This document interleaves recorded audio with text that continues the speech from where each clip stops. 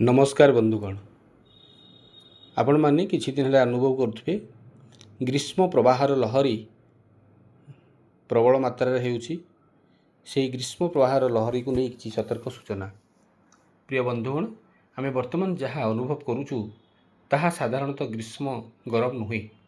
यह El Nino नामक एक विपदपूर्ण परिस्थितिर आगमन। यह नीरव जीवन नहीं पारे एवं आमर प्रियजन को आमठारु दूरे नहीं पारे। मे मास आसवा सहित यह परिस्थिति आहरी खराब हेबो। एल निनो कौन? सरल भाषा रे कहिबाकू गले प्रशांत महासागर रे पानी बहुत गरम हो जाए। यह सारा विश्व रे पवन प्रवाह को परिवर्तन करे। दक्षिण पश्चिम मौसुमी जहाँ साधारणतः मे मासरे वर्षा आने एथर विलंबरे आसीपारे किंबा कम होई पारे। यार अर्थ हेउछि वर्षा हेबा उचित समय रे ही यही प्रबल गरम हेबो। यही परिस्थिति बहुत विपदपूर्ण। एपरिक सुस्थ लोक मैंने हिटस्ट्रोक जो प्राण हर पारती। तेणु आम जीवन रक्षापी आमको तुरंत यही सतर्कता अवलंबन करने को पड़ो। तो कौन सब सतर्कता अवलंबन करवा ये आलोचना करवा। शोष लगे पर्यंत अपेक्षा करंतु नहीं, यह विपदपूर्ण। तृष्णा हेउछि शरीर पूर्वर डिहाइड्रेशन हेबार एक लक्षण। प्रति घंटारे पानी पियंतु। निश्चित करंतु जे पिलामाने एवं वयस्क माने जेपरि पानी पियंती सबुबले आपणक सहित पानी बोतल रखंतु। सबुठारु विपदपूर्ण समय होछि सकाळ 11 रु अपराह्न 3टा पर्यंत। यही समय सूर्यंक किरण सीधासलख शरीर उपरे पड़े। यथासंभव घर भितर रुहंतु। स्कूल क्रीड़ा कार्यक्रम विषय भल भाव चिंता करंतु।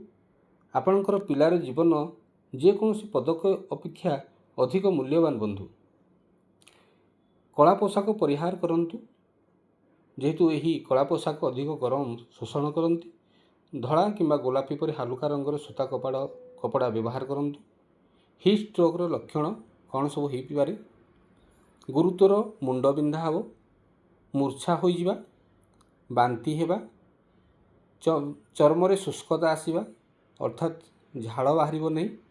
यदि आपणकर यही लक्षण गुड़िक देखा जाए तेबे आपण सेमानंकु तुरंत छाई स्थान को नहीं जातु।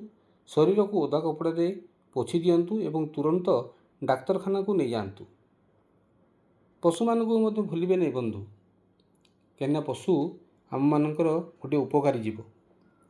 केवल आपणकर घरे कुकुर एवं बिली नुह बरं रास्तार पशु मानक घर सामने किंबा कांथ पाखरे पानी रखंतु।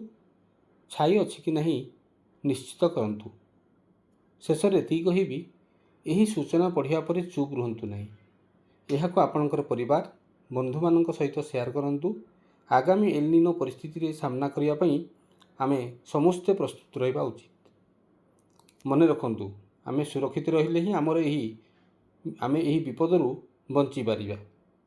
यदि अन्य कहार जीवन को आमे रक्षा करि पारुछंती ताहले एटा अत्यंत भल।